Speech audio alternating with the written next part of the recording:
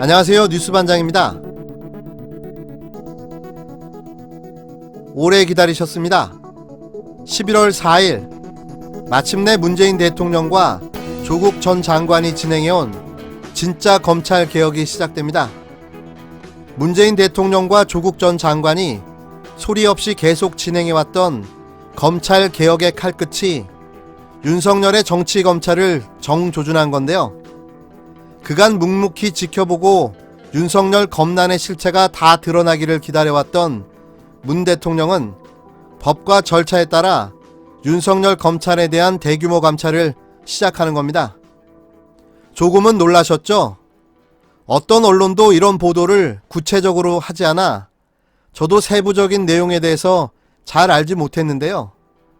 내용을 확인해보고 깜짝 놀랐습니다. 이때를 기다렸구나. 역시 문재인 대통령은 놀랍고 대단하다는 생각을 다시 한번 하게 됩니다. 법과 절차에 따른 마스터 플랜이 존재했던 건데요. 40일간 검찰청을 법무부 감찰관실 80여 명의 인원과 외부 인력까지 투입해 전국 5개 고검 지방검찰청까지 검찰 직무를 감찰하는 대대적인 검찰 감찰이 시작되는 겁니다. 법무부 대검찰청 감찰부장으로 문재인 대통령 재가를 받아 한동수 변호사를 임명하고 대대적인 검찰 감찰을 시작하는데요. 20년간 판사로 일해왔던 한동수 신임 대검찰청 감찰부장은 조국 수사에 인권 침해 증거가 나오면 감찰권을 작동하겠다고 말했던 당사자이기도 합니다. 이건 뭐 너무나도 당연한 일인 거죠. 오랫동안 검찰 측근이 맡아왔던 법무부 감찰부장은 문제 검사 감추기로 검찰의 셀프 감찰, 자체 감찰로 감찰을 진행해 왔었는데요. 그래서 이번 감찰은 그간 있었던 유명무실한 감찰과는 차원이 다른 감찰인 겁니다. 이는 조국 전 법무부 장관이 35일 동안 검찰 개혁을 단행하면서 법무부의 탈검사화를 선언하면서 이루어진 결과인데요. 당시에도 윤석열과 검사들의 반발이 만만치 않았었습니다. 이번 조국 일가 수사는 인권 유린 문제뿐만 아니라 최근 뉴스타파와 MBC PD 수첩이 두 차례 걸쳐 보도한 검찰 게이트에 정관 출신 변호사 박수종과 김영준이 포함한 현직 검사들 그리고 상상인 그룹 유준원 대표와의 유착 의혹도 감찰 대상이 될 전망인데요. 이번만큼은 쉽게 빠져나가기가 어려울 듯 보입니다. 현직 검사들의 비리 의혹이 적지 않게 제기되어 왔지만 제대로 조사나 기소가 된 사건은 거의 없었는데요. 이번 감찰을 통해 이런 현실이 조금이라도 바뀌지 않을까라는 기대를 해봅니다. 그래서 검찰로부터 검사의 비리를 수사와 기소할 수 있는 독립된 기관인 공수처 설치가 필요했던 거죠. 그런데 문제가 하나 있습니다.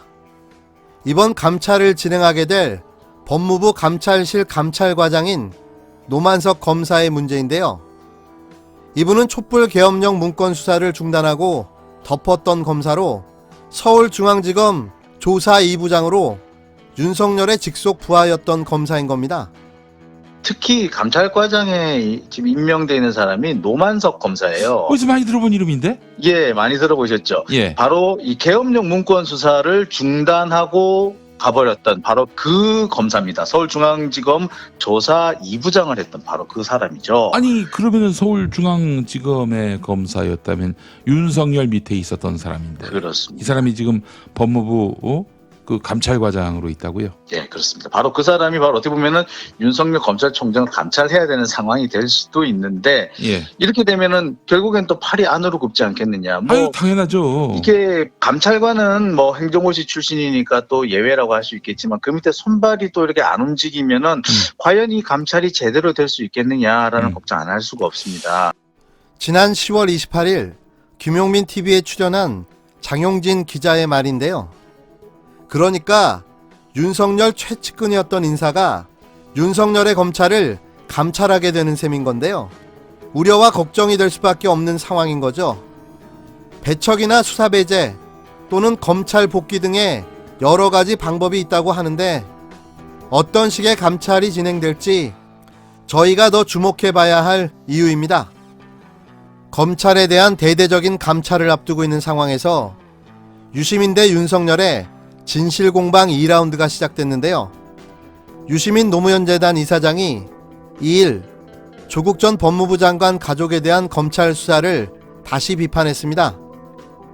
유 이사장은 이날 노무현재단 전북지역위원회가 창립 8주년을 기념해 전주 교육대에서 연 시민학교 대담에서 검찰이 조국 전 장관의 80대 노모를 소환조사하고 딸을 기소하겠다고 으름장을 놓는다.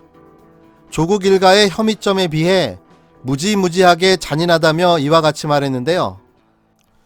그는 또 윤석열 검찰총장이 청와대 외부 인사를 만나 조 전 장관 임명을 막아달라는 부탁을 했다는 데 대해 검찰이 추측성 주장이라고만 반박하지 만났나 안 만났나 딱 잘라 말하지 못한다면서 만나서 면담 요청을 했는지에 명쾌한 답을 하지 못하는 것은 진실 게임이 될까봐 그러는 것이라고 설명했습니다.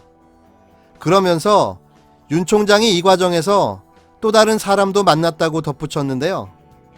유 이사장은 노영민 대통령 비서실장이 윤 총장의 대통령 면담 요청설에 대해 지난 1일 국정감사장에서 저에게 그런 요청을 한 사람이 없다고 답변한 데 대해서는 그럴 만한 사정이 있을 것이라고 생각한다고 했습니다. 자유한국당 나경원 원내대표의 자녀 입시 의혹에 대해서도 일갈했는데요. 그는 이 의혹은 국가지원금의 사용과도 관련된 데다 나 원내대표가 서울대 교수에게 청탁 전화한 사실까지 확인됐다면서 검찰이 정치적 편향성을 감추려는 신용이라도 해야 하는데 사건을 배당조차 하지 않는다고 비난했습니다. 유 이사장은 검찰이 누구의 말도 듣지 않고 하고 싶은 것은 수단 방법을 가리지 않는다며 전두환 신군부 때를 보는 듯 하다고도 했는데요. 그는 언론개혁은 정부가 할 수 있는 영역이 아니고 스스로 바꾸어야 하는데 그럴 가능성이 없어 매우 어려운 일이라면서 기자들이 조직 구성원으로 해야 할 역할만 머물지 말고 자존감을 가지고 일해야 한다고도 말했습니다. 점점 진퇴양난으로 치닫고 있는 윤석열 검찰총장. 이쯤 되면 그만둘 법도 한데요. 멈출 기미가 보이지 않습니다. 저의 의견은 이렇습니다. 어차피 여기까지 왔는데 끝까지 가주셨으면 합니다. 그래야 제대로 검찰 개혁을 할 수 있을 테니 말입니다.